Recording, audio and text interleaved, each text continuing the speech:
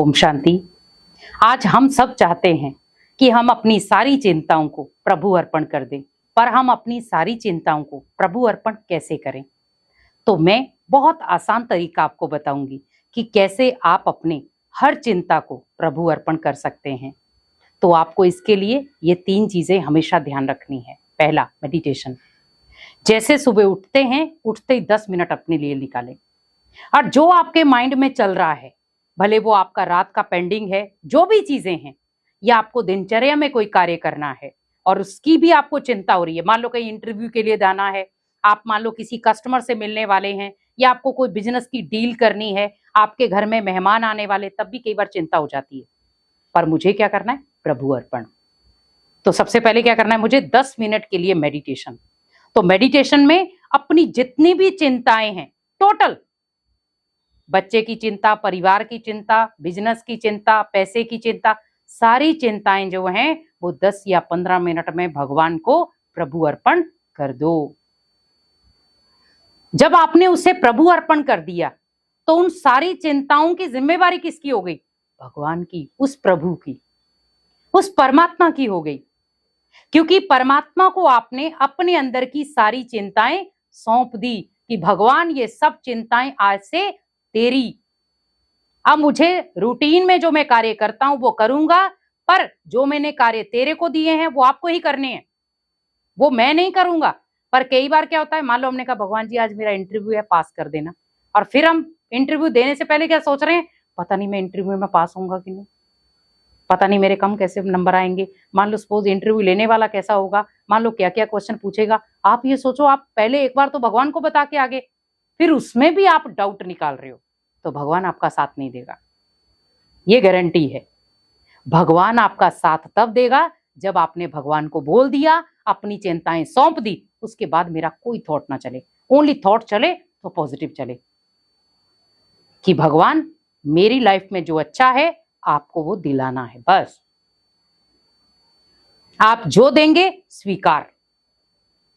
तो उससे क्या होगा? आप जब सुबह उठते ही मेडिटेशन में बैठे और अपनी चिंताएं जो है वो परमात्मा को बता दी, तो एक तो आप हल्के हो जाएंगे, दूसरा दिनचर्या में जो भी उतार चढ़ाव होगा आप उसे इजीली क्रॉस कर पाएंगे और टेंशन फ्री होकर किसी भी कार्य की आप शुरुआत कर पाएंगे। दूसरी चीज आपको क्या लेनी है? आप भले घर संभाल रहे हैं, बिजनेस संभाल रहे हैं, बच्चों को संभाल रहे हैं, धन कमा रहे हैं, किसी भी तरीके से, पर खुशी के साथ कमाए।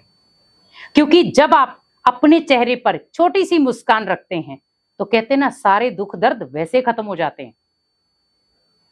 क्योंकि जब हम उस खुशी के साथ किसी कार्य को करते हैं, एक तो आपकी मेहनत कम लगेगी, दूसरा प्राप्ति ज्यादा होगी। आज हमें मेहनत ज्यादा करनी पड़ रही है, प्राप्ति कम हो रही है। क्यों? क्योंकि हम बहुत सारी टेंशन के साथ कोई कार्य करते हैं। आज एक बिजनेस वाला व्यक्ति है, बिजनेस में भी बहुत सारी टेंशनें आती हैं, पर कुछ उस टेंशन को लाइट में लेते हैं, कुछ उसे टेंशन को हाई में ले जाते हैं। कई जगह पर घाटा भी होता है तो कई जगह पर फायदा भी होता है। घाटे के समय वो टेंशन में आ जाएगा, फायदे के समय वो खुशी में आ जाएगा। हम घाटे के समय भी खुशी में आए, ये कोई बात नहीं।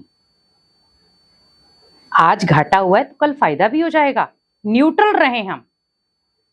मैं ये नहीं कहूंगी कि चिंता नहीं होती है, पर जब चिंता हरने वाला आपके पास बैठा है तो फिर किस बात की चिंता? तब आप चिंतन करो, चिंता नहीं।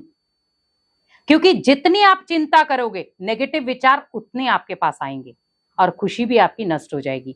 और जितना आप प्रभु चिंतन करेंगे तो क्या होगा? नेगेटिविटी दूर जाती जाएगी और खुशी आपके पास आती जाएगी और सफलता आपको मिलती जाएगी।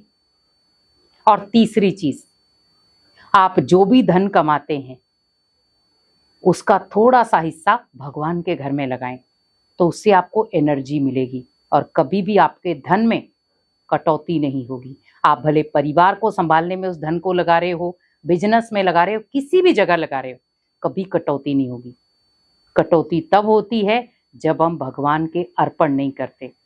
आप ये समझ लें कि इस धन को मुझे शुद्ध करना है, क्योंकि बहुत सारे लोगों की सोच है इसमें।